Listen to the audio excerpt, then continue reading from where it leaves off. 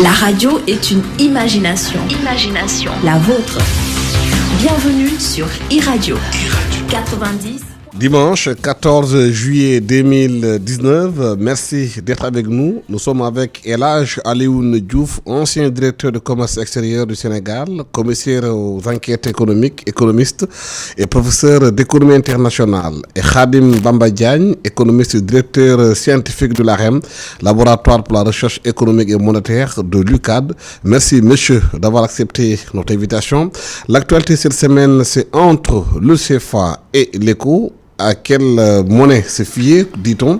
On a vu que cette semaine, les présidents de l'UEMOA se sont réunis. Le président Alassane Ouattara, entre autres, en début de semaine, a déclaré que l'ECO, la monnaie de la CEDEAO, qui va conserver la parité comme le franc CFA avec l'euro. Beaucoup de questions se posent par rapport à cette monnaie qui est déjà qui sera mise en œuvre en 2020, mais qui a été pensée depuis longtemps. Jusqu'à présent, on attend de voir ce que cette monnaie va donner. Khadim Bamba Diagne, est-ce qu'on peut dire que l'ECO, c'est la même chose que le franc CFA? Merci Alassane. Je salue le doyen Alioune Diouf, que j'ai eu la chance de partager avec lui des plateaux, en fait, sur des sujets extrêmement importants concernant le pays. Alors, ce débat, Alassane, moi je dis que je ne vois pas le sens.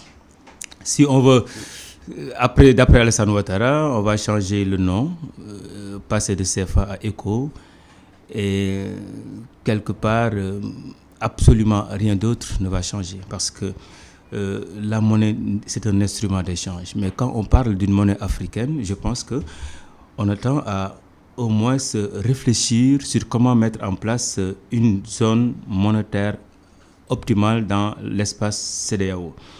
Et dans l'espace CEDEAO, les pays de la zone IMOA représentent 20% de l'économie de la CEDEAO. Les autres pays représentent 80%. Donc, si on représente 20%, on ne peut pas imposer notre monnaie dans l'espace CEDEAO, si la monnaie est sérieuse, si on parle vraiment d'une monnaie de la zone. Alors, maintenant, le problème fondamental, c'est que tous les esprits compétents savent très bien qu'on ne peut pas, de 2019 à 2020, mettre en place une monnaie commune. Ce n'est même pas possible. Parce que je dis que le Sénégal a entamé un débat, un dialogue national. Le président a donné, je pense, Famara Ibrahima Sagna et les autres, pour parler de politique. Ça va prendre du temps. On vient de commencer et ça va prendre du temps. Maintenant, s'il s'agit maintenant d'une politique monétaire, parce que la politique monétaire c'est un instrument qu'on utilise beaucoup plus que la politique budgétaire. Un instrument extrêmement important. Comment des pays qui, maintenant, qui n'avaient pas, parce qu'il y a 8 monnaies dans l'espace CEDEAO, ces 8 monnaies-là n'avaient pas la même politique économique. L'État intervenait d'une manière différente au Sénégal, en Guinée, ainsi de suite. Chaque État a sa façon de manipuler ses instruments. On n'a pas la même politique monétaire. On n'a pas les mêmes politiques budgétaires. Parce que si nous voulons mettre en place une monnaie commune aussi, il faut qu'on soit d'accord sur des convergences, un minimum de convergence, à savoir la maîtrise de l'inflation, la maîtrise du déficit budgétaire. Qu'on puisse aussi mettre en place les statuts, au moins, d'une banque centrale. Est-ce qu'on va avoir une banque centrale comme la BCE ? Est-ce qu'on va avoir une banque centrale comme la Réserve fédérale? Comment ça va marcher et comment on va gérer? Parce que nous, dans la zone IMOA, notre taux d'inflation tourne autour de 1%. Au Nigeria, le taux d'inflation tourne autour de 15%. Au Ghana, 11%. Guinée-Conakry, 10%. Ainsi de suite, ainsi de suite, ainsi de suite. Alors, à partir du moment où on n'a pas les mêmes taux d'inflation, on n'a pas les mêmes déficits budgétaires, on n'a pas les mêmes instruments pour mettre en place les mêmes politiques budgétaires, on a besoin du temps, on doit se donner du temps pour réfléchir afin de mettre en place une monnaie commune. Je vous donne l'exemple de la zone euro qui, à partir en 91, ils ont mis en place, avec le traité de Maastricht, pour mettre en place la monnaie européenne. Pendant 7 ans, 8 ans, on commençait à surveiller, à mettre en place un pacte de convergence et demander à tous les pays de respecter les pactes. Parce que si vous ne respectez pas les pactes, on va déstabiliser la politique de ce pays-là. Parce qu'un pays qui a toujours utilisé ces deux instruments, dans une zone monétaire, vous ne pouvez plus utiliser comme bon vous semble la politique monétaire. C'est entre les mains d'une banque centrale, et quelle va être l'autonomie de cette banque centrale ou l'indépendance de cette banque centrale par rapport aux 15 autres pays. À partir du moment où il y a une indépendance de la banque centrale, des pays qui ne sont pas préparés, c'est des pays qui seront déstabilisés. Parce qu'aujourd'hui, nous avons une inflation qu'on a maîtrisée, mais les autres pays n'ont pas d'inflation maîtrisée. Et le problème est que nous sommes l'exemple, c'est la zone CFA qui est l'étalon de mesure, à savoir en termes d'inflation, en termes de croissance. Donc, est-ce que les autres pays vont venir un par un rejoindre l'espace, la zone IMOA qu'on va élargir et qu'on appelle ECO, qu'on va changer le nom de la monnaie, ainsi de suite, ou bien est-ce qu'on va faire un tabula rasa qu'on discute pour mettre en place une monnaie commune. Mais de l'un dans l'autre, ce n'est pas possible ni en 2020, ni en 2021, ni en 2022 si on veut faire du sérieux. Oui, et là, je le dis, donc, on écoute bien ce que dit Bamba. Aujourd'hui, on n'est pas préparé à aller à l'éco. Si l'éco, c'est le franc CFA qui dit pas son nom. Non, on ne peut pas dire qu'on n'est pas préparé. Il a bien montré qu'on ne respecte pas les critères de convergence. En fait, le fond du problème, de mon point de vue, c'est que depuis 1983, on cherche à faire une monnaie commune, ce qui est une bonne chose. Pourquoi ? Parce que l'inconvertibilité des monnaies n'est pas une bonne chose. On ne peut pas accroître le taux d'échange intra-CEDEAO si nos monnaies ne sont pas convertibles. On a essayé en 1975 de faire ce qu'on appelle la Chambre de compensation de l'Afrique de l'Ouest. Je me souviens, à l'époque, on était à l'université et Paul Deneuve, qui était le professeur d'économie brillant, avait fait une conférence qui traduisait un peu l'enthousiasme de tout le monde pour une chambre de compensation qui allait permettre qu'on puisse commercer, échanger avec des pays comme le Ghana ou comme le Nigeria. Alors donc, il faut qu'on soit d'accord sur une chose. Avoir une monnaie commune dans l'Afrique de l'Est est une bonne chose. Maintenant, on ne peut pas l'avoir n'importe comment. Je suis entièrement d'accord avec ce que Bamba a dit et je pense qu'il faut être sérieux. Les Européens ont fait leur monnaie après de 57 à 99. Donc vous voyez un peu, ils ont réussi à avoir un marché commun, une union douanière, une union économique. Et une union économique est importante pour aller vers une union monétaire. C'est-à-dire qu'il y a une convergence des politiques économiques, il y a une harmonisation des politiques économiques. Donc les chocs ne seraient pas asymétriques dans le truc. On ne peut pas, comme il l'a expliqué, l'inflation, vous ne pouvez pas être à 1% d'inflation, l'autre est à 18% d'inflation. Vous ne pouvez pas, dans ces conditions-là, avoir une monnaie unique. Donc, de mon point de vue, il y a deux choses. Est-il important d'avoir une monnaie unique ? Oui. Est-il bon d'avoir une monnaie unique ? Oui. Est-ce qu'on fait l'effort pour l'avoir ? Je ne crois pas. Et c'est ça qui m'inquiète un peu. L'échéance de 2020, franchement, je n'y crois pas. Ce serait très bien, mais je n'y crois pas. Et pourtant, mais est-ce que c'est une précipitation d'aller à l'éco? Parce que justement, il y a des gens qui sont anti-CFA. Un peu partout en Afrique, ce sentiment se développe chez les jeunes. Et c'est des mouvements qui sont contre le franc CFA. Est-ce que ce n'est pas une façon juste pour eux de dire, oui, remplaçons le mot CFA par le mot éco? Oui, en disant qu'on garde, la même parité, comme l'a dit Alassane Ouattara. On a tous cette impression que, en fait, finalement... c'est cosmétique. Oui, parce que ce qui est étonnant, c'est qu'en Afrique de l'Ouest, on s'était bien préparé pour faire une monnaie unique.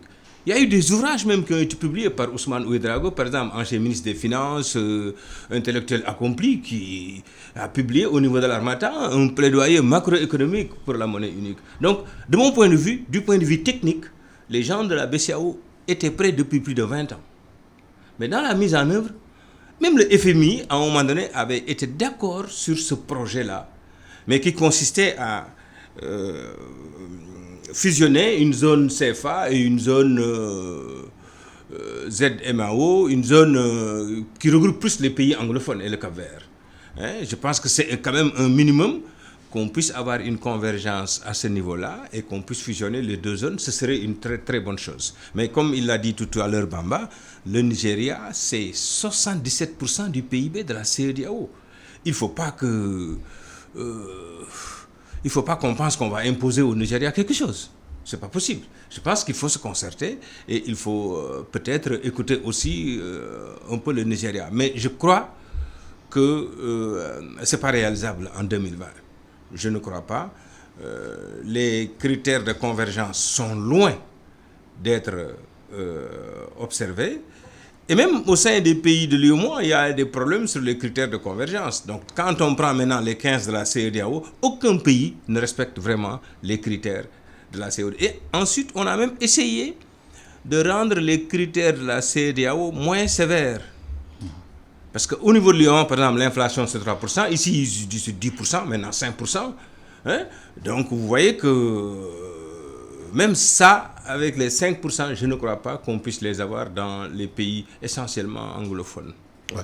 Khadim, vous pensez qu'il y a réellement une volonté politique d'aller vers une monnaie commune, sérieuse, comme vous l'avez dit, bien travaillée pour le bien de la sous-région de la CEDEAO, ou bien derrière cette volonté affichée, il y a des enjeux qui disent pas leur nom, surtout des enjeux des francs CFA avec la France qui est encore mémise sur le franc CFA.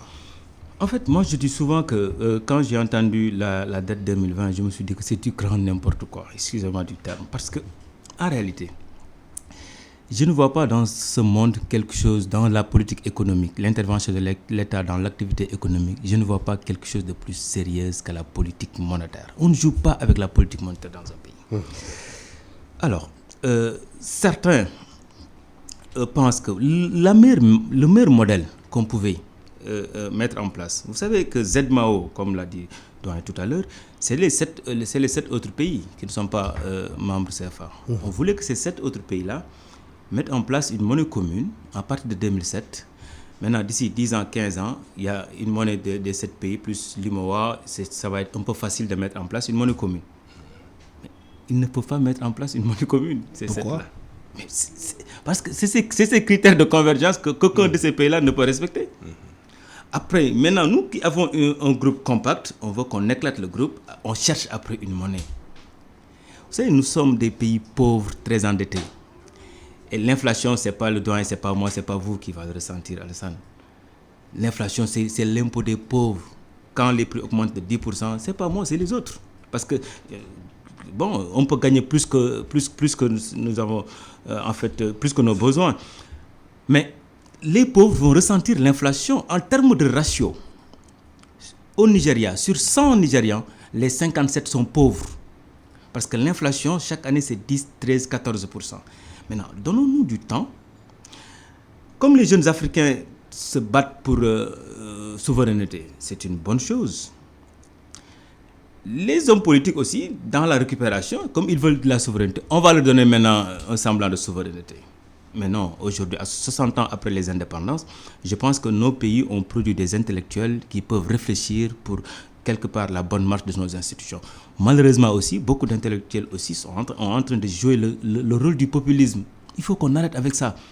Parce que pour moi, le rôle des intellectuels africains, ce n'est pas de plaire ou bien de faire mal ou de faire plaisir. L'idée, c'est de refuser tout, de réfléchir sur tout et d'apporter notre contribution sur tout. Mais si on cède à ce que le peuple veut, le peuple n'a... Souvent, les gens disent des choses, mais les conséquences après, si les hommes politiques prennent certaines décisions-là, pour des raisons politiques, parce que les hommes politiques cherchent toujours, en fait, à conjuguer le même verbe que le peuple, à plaire, le danger, ce n'est pas nous. Et l'intellectuel, c'est quelqu'un qui doit réfléchir jusqu'en 2050, 2060. On doit prendre le temps de réfléchir sur une monnaie commune, qu'on mette en place des pactes de convergence, qu'on se donne du temps, 5 ans, 6 ans, pour voir qu'est-ce que ça donne, comment on doit corriger certains pays, ou bien qu'on accepte de dire qu'il y a 8 pays qui ont déjà une monnaie commune. Essayons de voir maintenant comment faire pour augmenter d'année en année, parce que la Guinée-Bissau, en 1997, on l'a évité à entrer. Et ça a permis à son économie d'être stable aujourd'hui. C'est le deuxième pays de la zone UEMOA qui est excédentaire après la Côte d'Ivoire. Et ce pays n'a jamais été excédentaire. Pour vous dire, on peut demander Gambie, parce que Gambie connaît des taux d'inflation de 10%. Il n'y a même pas de travail là-bas. Ils importent toutes leurs marchandises. Inviter certains pays. Mais le grand problème, c'est avec le Nigeria. Parce que le Ghana a la même structure économique que la Côte d'Ivoire. Ça ne pose pas de problème. Mais le Nigeria utilise ce qu'on appelle en politique monétaire le quantitative easing, la planche à billets. Et c'est la planche à billets qui augmente la masse monétaire. Et l'augmentation de la masse monétaire entre une inflation, et le Nigeria dit que je représente plus de 75% de l'économie. Si je me porte bien, l'économie de l'espace CEDEAO se porte bien. Et on n'a pas encore commencé. il a imposé son nom et ça a marché. Et donc, pour moi, ce qui reste, il va toujours nous imposer. Et nous autres, le Sénégal, aucun problème, on va supporter des taux d'inflation 13-14%. Mais non, je pense que ce n'est pas juste. Il faut qu'on se donne du temps, qu'on réfléchisse, qu'on mette en place les pactes, 2 ans, 3 ans, 4 ans, qu'on corrige. Et après, si on a une monnaie, la réflexion la plus simple, cette monnaie sera adossée sur quoi? Sur l'euro, sur le dollar? On ne peut pas avoir, parce que j'entends parfois des gens dire panier monétaire, les DTS, ça c'est pour les FMI. On doit adosser notre monnaie sur une autre monnaie, parce que dans le monde, il n'y a que 2 monnaies qui sont presque acceptées partout, l'euro et le dollar. Même la livre sterling, cote au certain dans les pays dirigés par la reine d'Angleterre, mais à part ça, les monnaies cotées au certain, c'est le dollar. Comment ça va se passer? Est-ce que nous, dans notre espace, on commerce plus avec les pays anglophones, avec les pays qui utilisent le dollar ou non? C'est des questions. Pour moi, il doit y avoir beaucoup de production intellectuelle, des colloques, des séminaires, des discussions, des débats, des contradictions. À la fin, on sort quelque chose qu'on met sur la table, quelque chose de solide. Mais on se lève un bon jour, les jeunes demandent non au CFA, non au CFA. Les hommes politiques, certains vont aller aux élections en 2020-2019. Les jeunes parlent de ça. On va leur donner ça. Point. Après, comment on va faire pour le faire? Bon, après, on va faire du volontarisme, on va le faire, après, on va apprendre. Ça n'a pas de sens. Et je pense que le rôle des intellectuels, c'est de demander à nos hommes politiques d'arrêter, de faire une pause et de réfléchir pendant au minimum 5 ans. Professeur Diouf, comment faut-il faire avec cette monnaie éco? Est-ce que la parité sera maintenue avec l'euro, tout en sachant que le Nigeria a sa propre planche à billets? Comment concilier ces sortes de contradictions? Oui, les discussions continuent sur ce plan-là. Il y a eu des propositions. Adosser cette monnaie, un panier de monnaie, que ce soit le dollar ou l'euro, mais c'est la même chose que donc, dans ces conditions avec le franc français, donc qu'on a fait à l'époque. Il faut arrêter. Effectivement, toutes les monnaies du monde sont adossées à des monnaies fortes comme le dollar ou comme l'euro. Mais je pense que sur ce plan-là, il faut affiner encore la réflexion. De mon point de vue, il faut surtout travailler à avoir des indicateurs économiques fiables dans nos pays et des indicateurs économiques qui puissent rassurer non seulement les responsables politiques, mais aussi les investisseurs.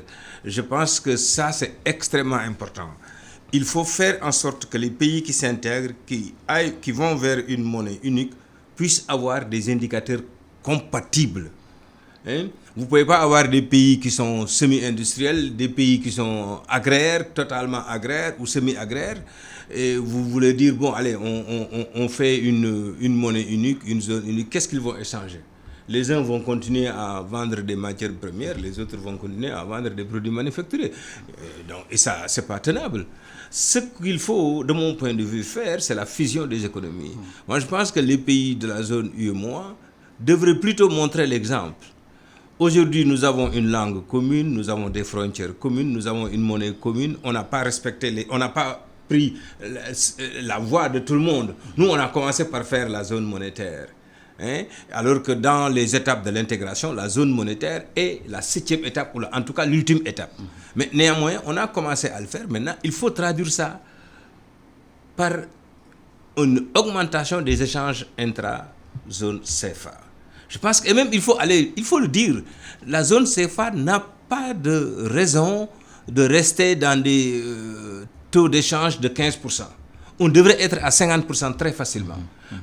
Mais ça suppose qu'on change un peu la structure de nos économies, qu'on fusionne nos économies et qu'on ne les mette pas en concurrence. Je vous offre ici peut-être la meilleure manière de faire la transition pour aller vers la zone de libre-échange. Oui, on ne peut pas continuer, on ne peut pas dire on va avoir une monnaie unique pour des pays qui ne changent rien du tout, ou pour des pays qui sont totalement pauvres. En Europe, pourquoi on a apprécié... Justement, c'est là que je voulais demander la pertinence de la ZLECA entre des pays qui n'ont pas grand-chose à échanger. Non, il n'y aura jamais de ZLECA. Personne ne va leur respecter ça. Pourquoi? Ils ne vont pas respecter parce que la structure des échanges fait qu'aujourd'hui, qu'est-ce que c'est qu'une zone de libre-échange d'abord? Et sur ce plan, j'ai vu même que certains chefs d'État qui parlent font des erreurs. Ils disent une zone de libre-échange, voilà, on va avoir une monnaie, on va avoir un marché commun, on va avoir un marché unique. Que nenni. Ce n'est pas un marché unique. Une zone de libre-échange est juste une zone où certains produits circulent librement, ce qu'on appelle les produits d'origine, les produits qui respectent les règles d'origine, c'est-à-dire les produits communautaires, faits avec peut-être 60% de matières premières ou avec 40%. Là, dans les règles d'origine, on a vu le Nigeria proposer 61% de valeur ajoutée. Mais c'est inacceptable. Nous, on est dans une zone UEMOA où les règles d'origine, c'est 30% de valeur ajoutée. Si on veut nous imposer une valeur d'origine qui est 50% ou 40%, ça veut dire que toutes les industries ici vont revoir leur structure de production. Ce n'est pas tenable. On n'a pas encore discuté des règles d'origine. On s'est dit on va le faire d'ici 1 an. Mais je vous assure que d'ici 10 ans, on ne sera pas d'accord sur ça. À moins qu'on fasse des règles d'origine fantaisistes, soi-disant 20% ou 30% minimum. Parce que nous sommes déjà à 30%. On était à 40%. Mais en 2003, on a fait une réforme pour revenir, pour baisser un peu et revenir à 30%. 60% de matières premières, d'accord. Mais vouloir mettre 50% de valeur ajoutée ou 60% de valeur ajoutée, ça va être compliqué pour nos industries. De deux, une zone de libre-échange, comme je l'ai dit, c'est une zone où seulement certains produits circulent librement. Et ces produits, on le voit dans les zones de libre-échange qui existent aujourd'hui, ça tourne autour de 30%. Alors qu'ils disent 90% des produits vont circuler sans... C'est faux, ça n'aura jamais lieu. Croyez-vous que certains pays vont accepter que les pays du Maghreb viennent rafler tout le marché, tous les parts de marché? Non. On ne va pas l'accepter. Parce que voilà des pays qui sont pratiquement dans des zones de libre-échange avec l'Union européenne, qui sont préparés depuis longtemps, qui n'ont pas voulu même faire une zone de libre-échange entre eux, mais qui veulent le faire avec nous. Mais qui est fou? On dit, oui, ça va permettre, ça va être le plus grand marché du monde. C'est faux. Rien que la petite Belgique, là, son PIB, c'est l'ensemble des pays de l'Afrique subsaharienne. Mais arrêtez de dire, c'est vaste, ça va être vaste, c'est vrai, mais ça ne signifiera pas grand-chose. Pas du tout, je vous le dis. Et on le verra dans 10 ans, vous verrez que cette zone de libre-échange n'aura pas avancé. Ils disent qu'ils vont aller vers une union douanière, ils disent, etc., etc. Mais ça ne se fera pas. Pourquoi ça ne se fera pas? Vous ne pouvez pas faire une zone de libre-échange entre des pays qui ont des problèmes plutôt infrastructurels, qui ont des problèmes, qui ont des barrières plutôt non tarifaires comme obstacle au développement du commerce. C'est pas la barrière tarifaire, parce que déjà au niveau de l'OMC, on a déjà diminué nos droits de douane sur beaucoup de questions. Au niveau de l'UEMOA, on a diminué les droits de douane, parce que quand on a créé l'UEMOA, le droit de douane était à 20%. Au niveau de la CEDEAO, le droit de douane maximum est à 30% sur certains produits. Mais ça va de 0 à 35%. Arrêtez, on a déjà diminué les droits de douane. On ne va pas continuer à diminuer les droits de douane et faire de nos pays des souks où on ne va faire qu'importer des produits. On veut avoir aussi des industries. Prenez les câbleries, les industries électriques qui font au Sénégal. On a des usines qui font... Mais si on ouvre, les entreprises tunisiennes vont être 3 fois plus compétitives que nous et tout ce qu'on a ici comme entreprise de câblerie va fermer. Et c'est inacceptable qu'on puisse vouloir mettre... Il y a 3 pays qui ont presque 50% déjà du PIB africain. Vous prenez l'Afrique du Sud, vous prenez le Nigeria et l'Égypte, ça fait 50% du PIB africain. Vous voulez mettre ces pays en concurrence avec nous. Tu crois que moi, Sénégalais, je vais accepter? Pour quelle raison vais-je accepter que oui, parce que on dit Afrique, c'est l'Afrique qui gagne. L'Afrique ne gagnera pas. C'est certains pays africains qui gagneront. Je ne sais pas si j'ai des problèmes, ces pays-là viendront... La zone de libre-échange, ce n'est pas du libre-échange.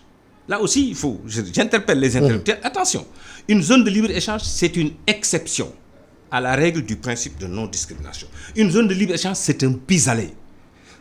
Excusez-moi de mettre un terme wolof, mais pour nous, pire-le.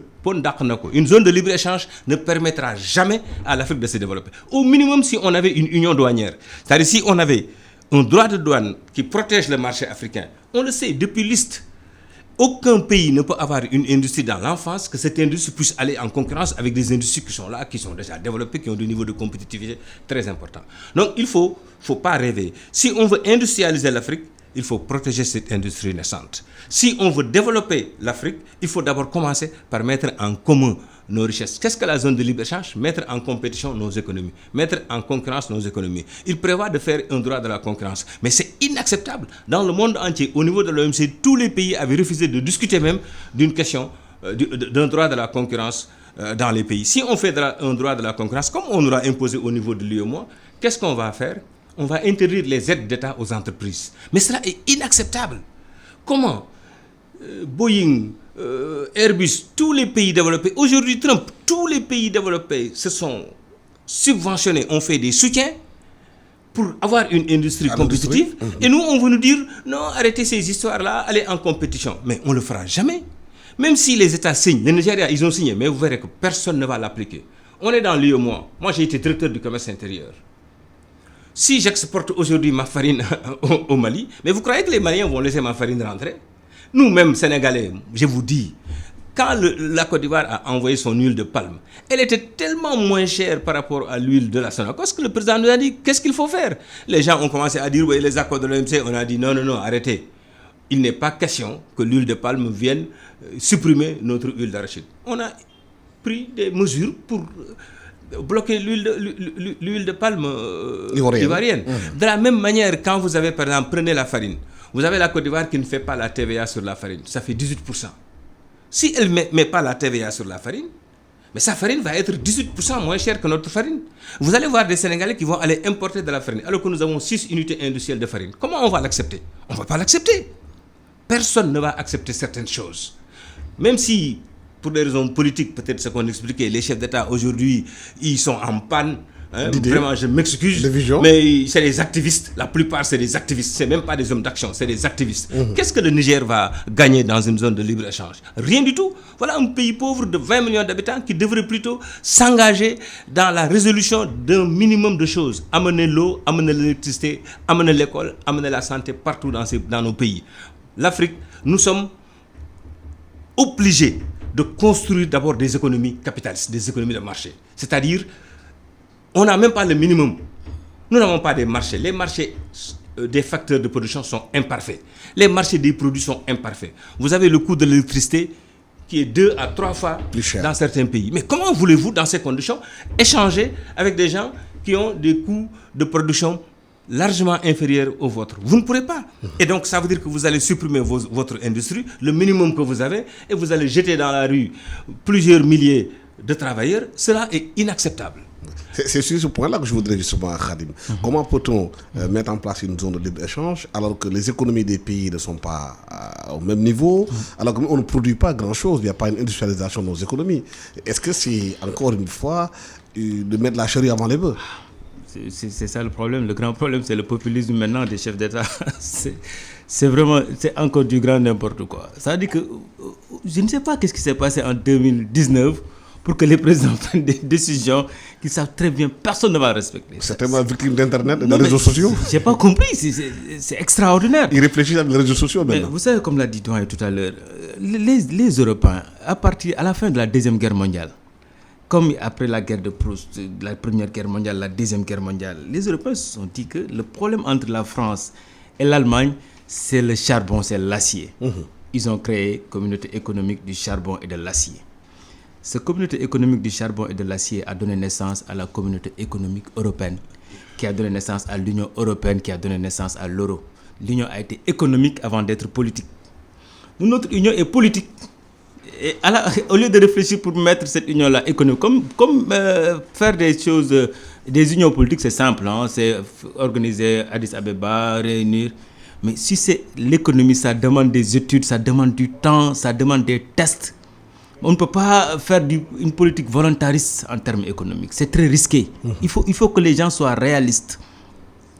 Mais Nigeria, Afrique du Sud, Égypte, même Maroc, le coût de l'électricité de ces pays-là, le coût de la main-d'œuvre, la formation de la main-d'œuvre, les entreprises avec leur économie d'échelle ne peuvent pas compétir avec les pays comme le Niger, le Sénégal, la Gambie.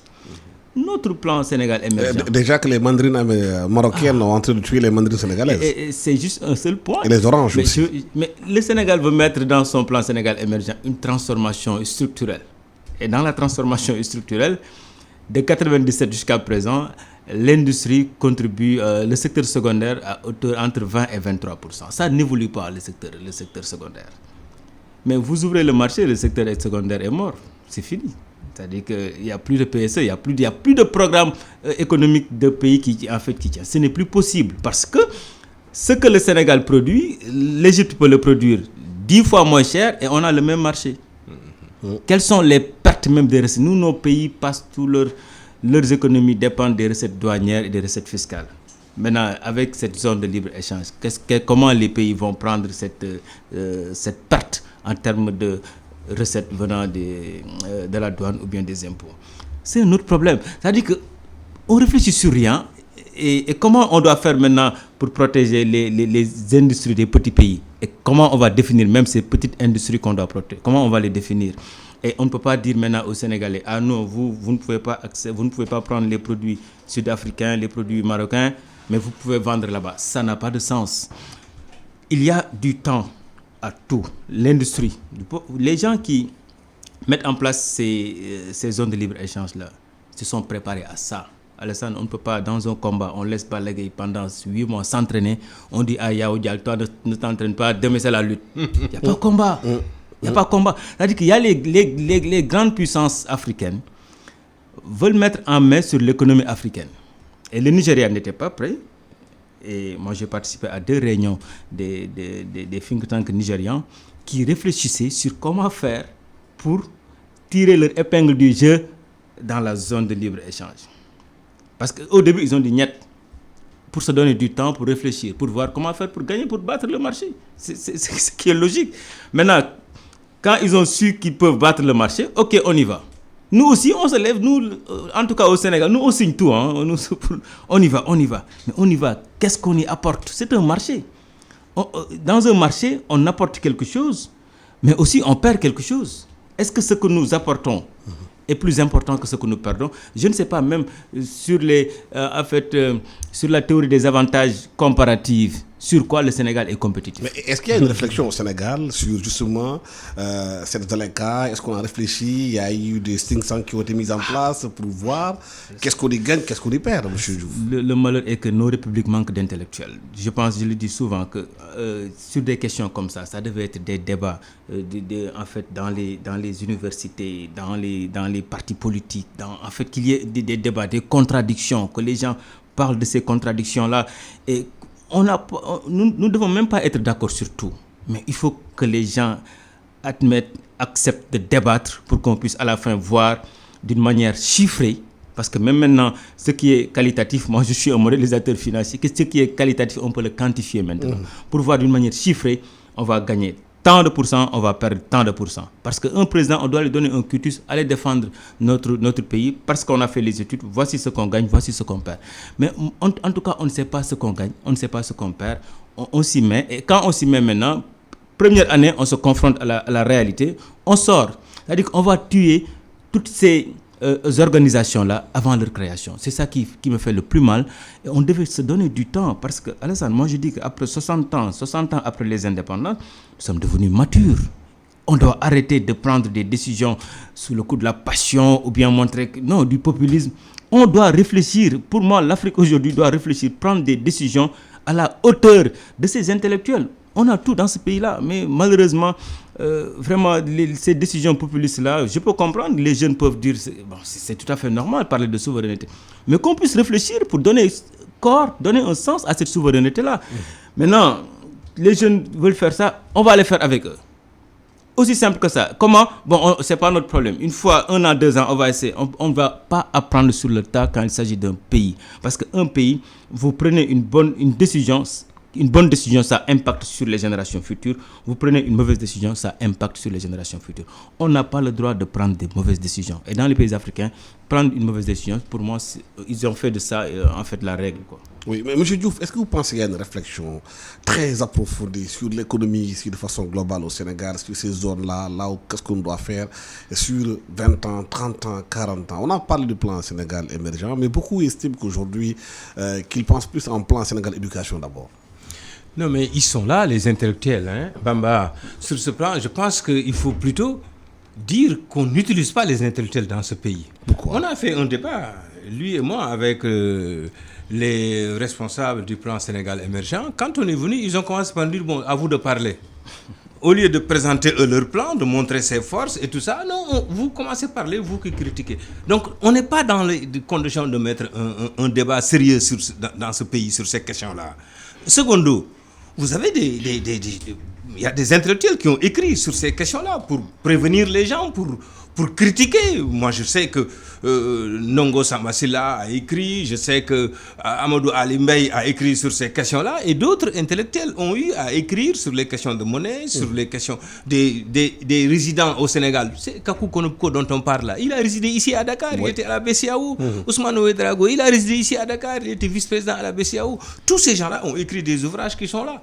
Mais est-ce que le gouvernement, les chefs d'État sont réfractaires aux intellectuels? Regardez Macron, il invite la diaspora africaine pour discuter avec eux. On va y arriver. Pourquoi le président n'inviterait pas, par exemple, les intellectuels sur ces questions-là avant de partir pour dire mais qu'est-ce que vous pensez? Et dites-moi sincèrement ce que vous pensez. Après, c'est moi qui décide. Pourquoi un autre ne le ferait pas? Non, ça ne les intéresse pas. Comme il a dit tout à l'heure, je pense que ce qui les intéresse, là, les jeunes ont peut-être critiqué, et maintenant, il faut tout faire pour récupérer ces luttes-là. Mais ça ne marchera pas. Pour conserver le pouvoir. Ça ne marchera pas. Les Wolofs disent bari pexe ba fatt bëtu nit ñi yomb na. Mais am fulla ak fayda ba dugg ci xolu nit ñi moo ko gën. Ce qu'on attend d'un État, c'est mu am fulla am fayda. Je m'excuse de... Oui, mais c'est des choses qu'on ne peut pas traduire. Oui. Hein, c'est Seigne Abdoulahad Mbacké, le fils de Bamba, qui le disait. Lu ne mënees na koo ñàkk amaat ko ba mu des fulla ak fayda. Réew nag bu ñàkkee fulla ñàkk na ko ba abadan rek. Parce qu'il y a des choses qu'il est inacceptable de mon point de vue qu'on puisse nous imposer. Mais le pays de Cheikh Anta, c'est pas possible. Cheikh Anta a écrit Fondement économique et culturel d'un État fédéral en Afrique depuis 1960. Tout tourne autour de ces questions. Est-ce qu'on a une stratégie pour développer notre pays? Il donnait l'exemple. Est-ce que les chefs d'État africains sont libres de prendre des décisions? Mais ils sont bien libres. Ah oui, ils sont bien libres. Ils sont bien libres. Ils sont bien libres. Ils sont tout à fait libres. Peut-être il y en a qui eux-mêmes sont... ils aiment ça, ils aiment cette facilité. Peut-être eux, ils pensent que bon... Mais vous croyez que c'est pas la France qui impose les choses au Sénégal, hein? C'est pas tout qu'elle peut imposer. Les Sénégalais peuvent, sur certaines questions, dire ce qu'ils pensent et imposer ce qu'ils pensent. L'opinion sénégalaise ne pense pas cela. Hein? Mais c'est la vérité. Elle a l'impression. C'est la vérité. C'est les chefs d'État. Tu crois que les politiques économiques qui se mènent ici, c'est parce que c'est les chefs d'État qui l'acceptent. Mais si vous n'êtes pas d'accord sur une politique qui ne va pas dans le sens des intérêts de ton pays, mais tu dis que tu n'es pas d'accord et tu l'imposes. Personne ne peut t'imposer d'adopter une politique qui ne va pas dans le sens de tes intérêts. Mais ça va dans le sens de leur intérêt peut-être catégoriel, de leur intérêt personnel. C'est généralement ça. On ne fait pas un coup d'État après? Non. Vous créez rébellion au sud? Non, je ne crois pas. Moi, je pense que... Pourquoi le Ghana fait ce qu'il fait? Même face au FMI. Buhari, pourquoi il fait ce qu'il fait? Buhari a résisté à la Banque mondiale, a résisté au FMI sur certaines questions. Quand on lui a dit de dévaluer, il a refusé. Et autre chose, lutter contre la corruption. Pourquoi on a réussi on a réussi. Pourquoi on a fait ces grands pas au Nigeria et peut-être pas ailleurs? Mais c'est parce que c'est les chefs d'État qui ne veulent pas simplement, qui ne sont pas engagés dans ça. Vous savez, il faut donner le signal. Dans ce pays, on a parlé en 1980 de lutte contre l'enrichissement illicite. Là, on a parlé de... Mais si vous donnez le signal et que le signal est mauvais, mais si vous donnez un bon signal, tout le monde se met au pas. Même, vous croyez que même les pays qui ont des intérêts ici, que ce soit la France, les États-Unis, l'Europe, etc., si vous faites de bonnes politiques, ils vont être d'accord sur ça. Parce que c'est ça qui va dans le sens de leurs intérêts. Les pays n'ont que des intérêts. C'est clair. Ça, il faut le savoir. La chose que je voulais... vraiment dire ici, c'est que on a plusieurs exemples. Prenez l'huile. On a l'huile de palme de Côte d'Ivoire qui est moins chère que l'huile de Dakar. On a l'huile de coton. Dans tous les pays de l'Ouest africain, Mali, Bénin, Burkina, on a au minimum 600 000 tonnes de coton par an, ou 1 million de tonnes. Le Sénégal est à 35 à 50 000 tonnes. Donc, pour montrer l'importance du potentiel qu'il y a là-bas. Mais pourquoi ne pas... C'est pourquoi je dis unifier nos économies. Pourquoi ne pas mettre en place une compagnie africaine qui va gérer, qui va commercialiser les 3 huiles, au lieu de mettre en concurrence les 3 huiles? Quand il a dit que l'Europe a commencé par le charbon et l'acier, non, ça veut dire que l'Europe a des priorités. C'est-à-dire que nous, on n'a pas de priorité. Qu'est-ce qu'était la priorité? C'est quoi le charbon? Le charbon, c'est l'énergie. Il faut faire en sorte que l'énergie soit disponible dans les différents pays et à un coût moindre. L'acier, c'est quoi? L'acier, c'est l'instrument principal pour faire les instruments, les outils. Le transport. Agriculture. Les trains, avec tout. les avions, tout c'est avec l'acier. Ils ont dit ça, c'est des choses qu'il faut rendre moins chères et disponibles pour tous les pays. Mais c'est ça qui a fait la construction de l'Europe. Alors, il faut mettre en place, comme on dit, ne pas mettre la charrue avant les bœufs, il faut mettre en place les conditions d'unification des économies, d'enrichissement mutuel, d'enrichissement collectif. Mais c'est ça qu'il faut faire. Et ne pas dire, bon, je vais vous soumettre à concurrence. On l'a fait dans l'histoire quand les royaumes africains se sont battus, voilà, et après on est venu, on nous a colonisés facilement, parce que le dernier vainqueur est tellement affaibli que, voilà... qu'il ne peut pas combattre. C'est la même chose dans le domaine économique. Si on accepte cette histoire de zone de libre-échange, avec cette compétition qu'on va instaurer entre pays africains, certains parmi eux, certains vont tirer leur épingle du jeu, d'autres vont plonger dans une misère incroyable. Et c'est pas ça, justement, ce que les Africains veulent. Les Africains veulent qu'on aille ensemble parce qu'on a un potentiel beaucoup plus important. Cheikh Anta Diop disait que le potentiel qu'il y a uniquement en Afrique de l'Ouest est plus important que celui de la France et de l'Angleterre réunis.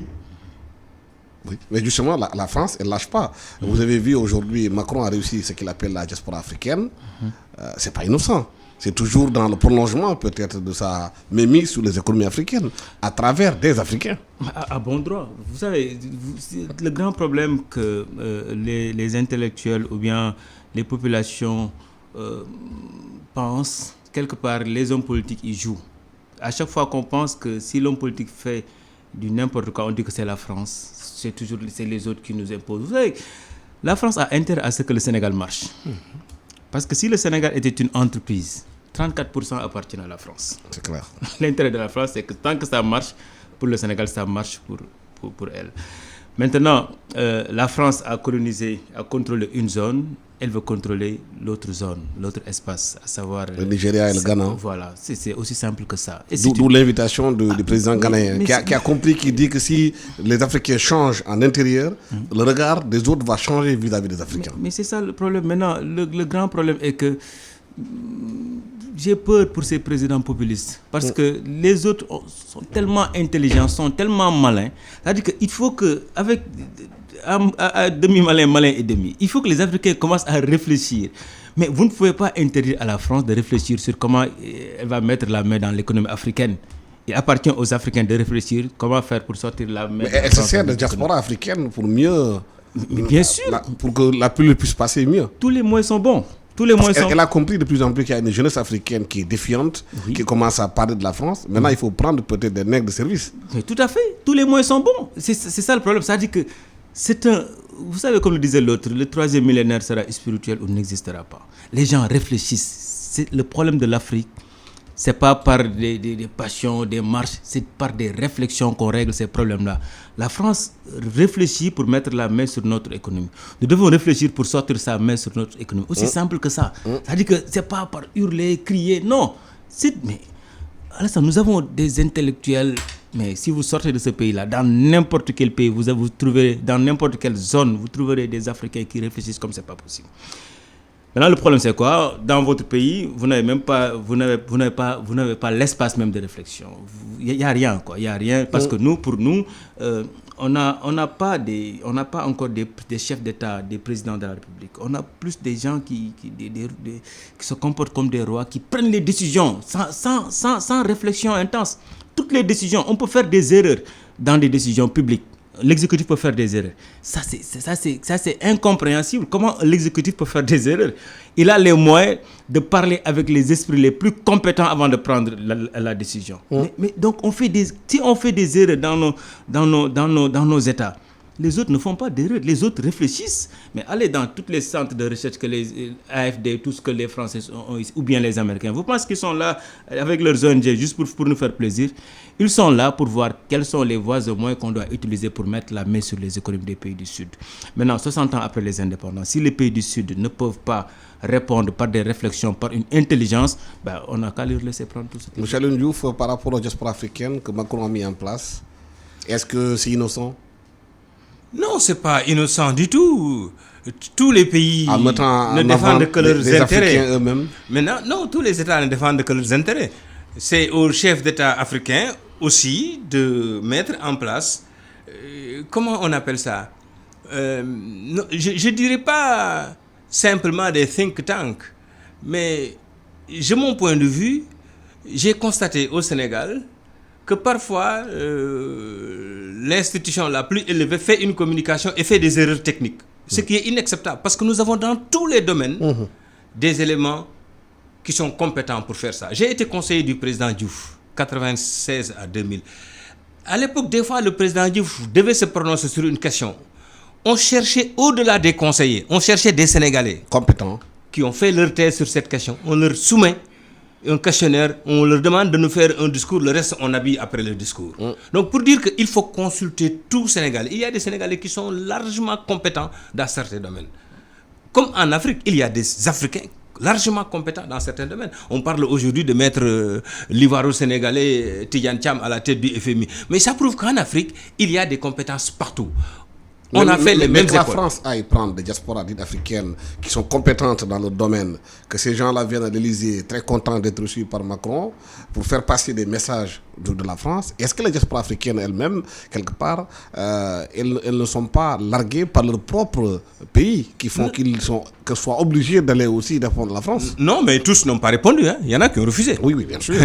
Il y a des Africains qui sont conscients de leur rôle, surtout les intellectuels. Un intellectuel doit être conscient de sa mission, sinon... Mais pourquoi devrons-nous attendre que la France fasse appel aux diasporas africaines, alors que les Africains ne font pas appel à cette diaspora? Mais ce que je dis, on ne doit pas attendre. Au contraire, c'est-à-dire que même dans le choix, dans nos pays, on n'est pas sérieux.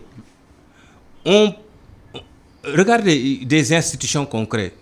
Regardez jusqu'à cette histoire de même les OFNAC ou IGE qui font des rapports et que n'importe qui après veuille contester, jusqu'à des autorités qui contestent ça. C'est nous-mêmes qui ne sommes pas sérieux. C'est pas de mon point de vue, le processus de décision d'un président doit être totalement clair.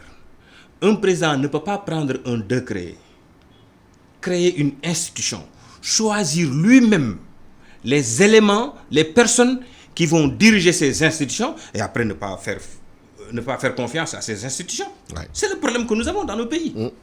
Et finalement, tout le monde va chercher à aller dans les instances internationales, tout le monde va chercher à sortir du pays, à aller travailler. Écoutez, les 16 dernières années où j'ai travaillé comme haut fonctionnaire, je n'ai travaillé que 3 ans. Les 13 autres années, je suis resté sans poste. Je suis chez moi, je fais ce que je veux. Comment pouvez-vous comprendre que vous avez des cadres qui sont là, qu'on paye à la fin du mois, mais qu'on n'utilise pas, à qui on ne demande même pas leur point de vue? Comment un pays pauvre peut-il se comporter? Parce qu'ils sont remplacés par une personnalité politique, peut-être. Oui, certainement. Oui, je ne veux pas même dire certaines choses, je ne veux pas rentrer dans des considérations personnelles parce que c'est la première fois que je dis des choses comme ça. Mais c'est vrai, parce que je ne suis pas le seul. Il y a beaucoup de cadres dans ce pays qui ne sont pas utilisés parce que peut-être on estime qu'ils ne sont pas d'accord avec ça. Une fois que tu exprimes un désaccord sur une politique, tu es mis de côté. C'est la conspiration du silence. On ne parle plus de toi, on ne t'affecte pas, on te met... Et bon, voilà.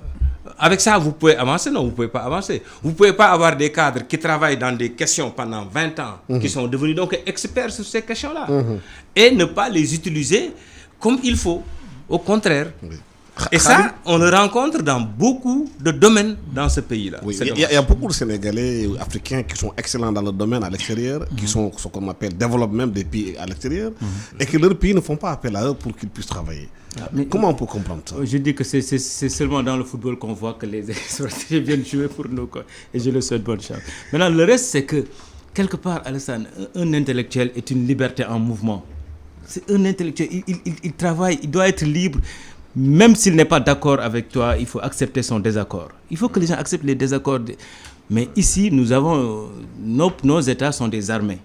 Tout le monde doit réfléchir comme ça. Et c'est pour cela que notre PIB de 2018 est plus faible que notre PIB de 1960. 60 ans, on ne bouge pas. Il faut qu'on change de politique, il faut qu'on change de modèle. Il faut que les gens acceptent d'être en désaccord continu pour qu'on puisse avancer. Maintenant, les autres ont l'intelligence d'utiliser les Africains du Nord pour voir comment faire pour exploiter. Parce que, Alassane, on est dans un monde où si tu ne réfléchis pas, les gens vont réfléchir pour prendre ce que tu as. Et on n'a pas le droit de ne pas répondre présent à cette mondialisation qui est une chance pour certains, mais une menace aussi pour les pays les plus fragiles. Voilà, le temps que nous est imparti est terminé. Merci à El Hadj Alioune Diouf, qui est professeur d'économie internationale, qui a été directeur de commerce intérieur, et ensuite qui a été aussi commissaire aux enquêtes économiques, qui est aujourd'hui économiste renommé, avec aussi Khadim Bamba Diagne, qu'on ne présente plus, économiste, directeur scientifique de l'AREM, laboratoire pour la recherche économique et monétaire. À la technique, Aliou Diassé, à la caméra, Céline Diallo. Bonne chance au Lion. Je vous souhaite un excellent dimanche et bonne chance au Lion du Sénégal. J'espère qu'aujourd'hui que les Lions vont battre les Tunisiens, ils ont intérêt à les battre. Hein. Allez les Lions. Allez les Lions, et puis on vous supporte beaucoup. Et puis aussi, mention spéciale à cette fille qui est de Diourbel, qui est pour la deuxième année consécutive, Diary Sow, la meilleure élève au Sénégal. Absolument. Merci Diary à toi de nous faire plaisir. Merci en tant que fille de se battre pour montrer aux Sénégalais que c'est possible. Merci, au revoir. Merci. La radio est une imagination. La vôtre. Bienvenue sur iRadio 90.